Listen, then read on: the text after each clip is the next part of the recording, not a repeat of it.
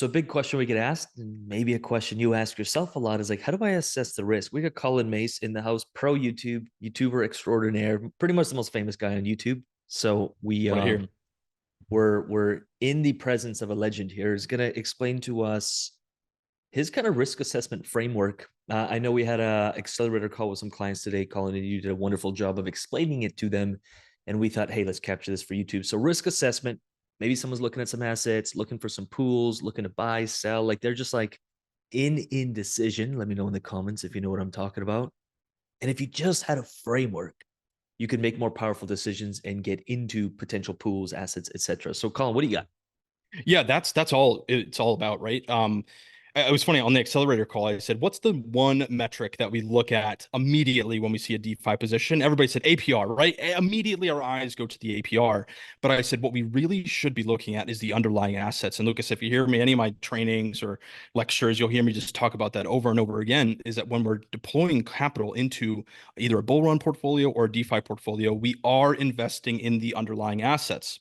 So although that APR might be juicy and might be really attracted to that type of play, we really need to take a strong look at the underlying assets and do a risk assessment.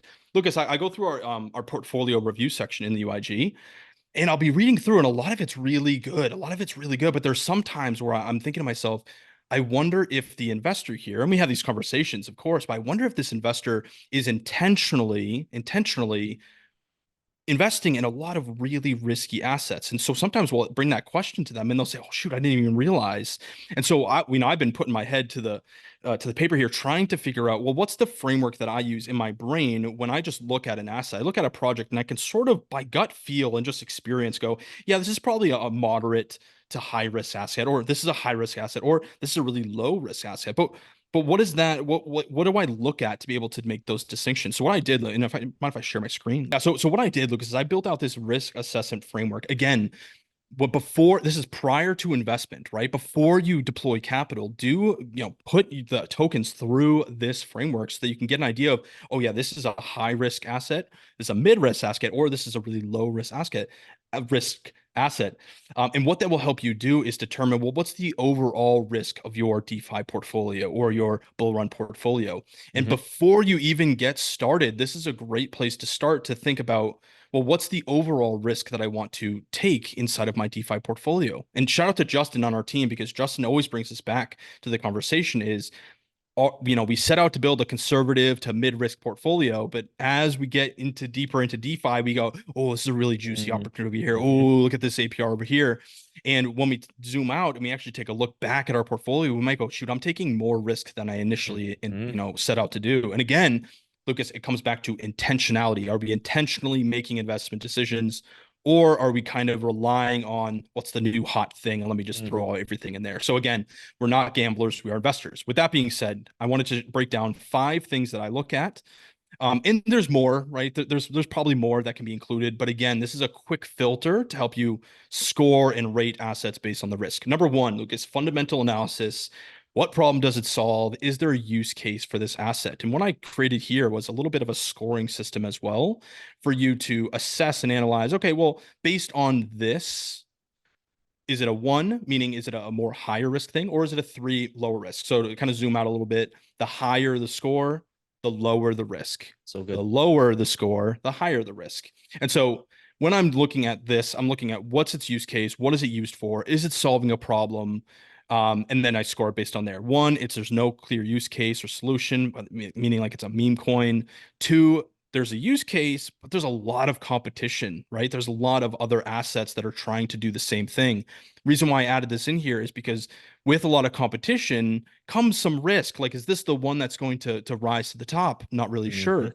If it's kind of clear cut an innovative solution that no one's really doing, it has a greater chance of rising through that space and through that narrative. So, anyways, not to read this whole thing to you, but the second thing I look at is a market cap, right? So, well, what's the size of the token? Because generally what we're seeing is small and micro cap assets are more volatile, meaning they're a little bit more risky inherently. Mid cap is a little bit more established. That's 1 billion to 10 billion. And then large cap, anything over 10 billion. Now, this will probably fluctuate as markets start to move, but as of this moment, this is kind of how we look at it in terms of market cap and liquidity. Number three, this is a little bit more gut feel, but sentimental analysis, Lucas. This is Hmm. something like, how are their communities talking about the token? Is there still a lot of excitement for what they're doing and what they're building? Or is it sort of lost its steam and no one's really speaking very highly of it anymore? And so this is, again, kind of more of a gut feel, a little bit more of um, an opinion-based metric here. There's not like any hard data that we can look at. However, engagement and the sentiment is something that we look at here. Number three. Is this all making sense so far, Lucas? Makes In terms of how we complete how we view it? sense. Let us know in Sweet. the comments if it does. Four, now this is going to be expanded a little bit because I brought it to my accelerator group coaching program, and they actually had a few other things. And I'm like, oh, I also look at that, but I didn't include it in here. So I'll kind of add that here in a four. Did But you here what we're capture it looking on at, the accelerator call? yeah, yep, I If in can the I can share comments you that. want us to share, I know I shared like a fast track call once or twice and it looks like YouTube went crazy for it. If y'all want to see behind the scenes of maybe some clips of an accelerator call, which is a group coaching program, let us know in the comments. I'm happy to release exactly what Colin just talked about. I'd be happy to do a part two to this where it gets into the nitty gritty. I love it. Yeah, absolutely. For historical price performance. So this is where we're looking at the volatility and the historical price of the asset.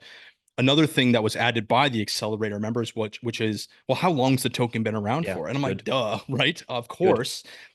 Has it been established for years and years compared to, did it just launch 3 weeks ago? That is something to pay attention to. So yes, is it volatile? Yes, let's look at the performance, but also what's the time frame that it's been around for? So that's how we look at number four. Number five, smart contract and security, right? This is a big thing with new tokens that launch. Sometimes we glance over this or we don't even pay attention to it at all, but it is something to pay attention to, which is like, has it been through audits? Has it been Mhm. through that sort of security, security measures to make sure that it ensures a solid asset? And so if it's has no audits or a few audits with some security issues, that obviously poses more risk. If it has extensive audits with no security issues, obviously it's less risky. So something to think about there. So good. And then Lucas, just real quick, scoring system. I look at it based on what I've created here. 13 to 15 is a low risk asset. 9 to 12, moderate risk. 5 to 8 is a high risk. And so what I did next is I ran through two examples, Link, Chainlink, and Aerodrome. And I'm not going to read this all to you, but based on my findings here, and kind of scan down here, you guys can probably pause the video and read it if you'd like to. But based on my analysis, I came up Mhm. with the score here for Link: 3 for use case and problem it solves, 2 for market cap because it's a mid cap token, 3 because the sentiment is still strong with Chainlink as it's the top Oracle solution for crypto DeFi. Mhm. Two, historical price performance been like moderate, right? Moderate volatility, moderate, et cetera, et cetera. And Mhm. then five, risk, I found it to be a 3, right? And so a total score of 13 That's puts pretty it as accurate. a low risk asset. Now, for me, I always ask, okay, well, gut feel, does that in alignment? Absolutely it is, Yep. right? There's some One really last good one, yield Lucas. farms with Link, by the way. Yeah, I kind of found definitely. a few over the last week with some really good opportunities.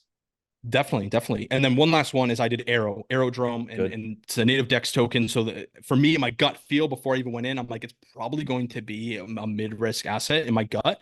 But I was like, well, let's actually look into it. The fundamental analysis, I gave it a 2. Market Mhm. cap is a 1 because it is a $500 million market cap, meaning it's a little bit more volatile and a smaller of the tokens in comparison. Mhm. Sentiment analysis, I gave it a 2 and been about neutral. Historical price action, about 2. Moderate volatility, average performance. Mhm. 5, it's about 2 as well. That could probably be about 2.5. But anyways, so what I did here is I added all this up and got 9, which when I put it in my scale is Mhm. right here on the lower side of moderate risk.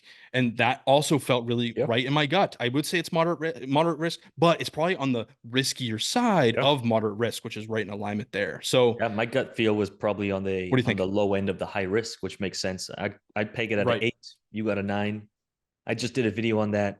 You can find it on YouTube where it's just like we were looking at Arrow, but it just blows my mind that people have 50% of their portfolio in Arrow. Yes. I'm like, this is a 5 or 10% max of your portfolio. We just get hung up on falling in love with one thing. So I love this risk Lucas, assessment. that's the entire intention, right? Is, oh, this is a high risk asset, and I have 48% of my whole portfolio allocated to a high risk asset. Shoot, okay. Now what we can do is bring it back to our, investor profile and look at our what initially we set out to be a risk assessment for our Mm-hmm. portfolio and go, is what I'm doing actually in alignment with what I'm trying to build? And sometimes the answer is no, and then we can make adjustments accordingly. So that's the entire point and the essence of what we're trying to do here. So good.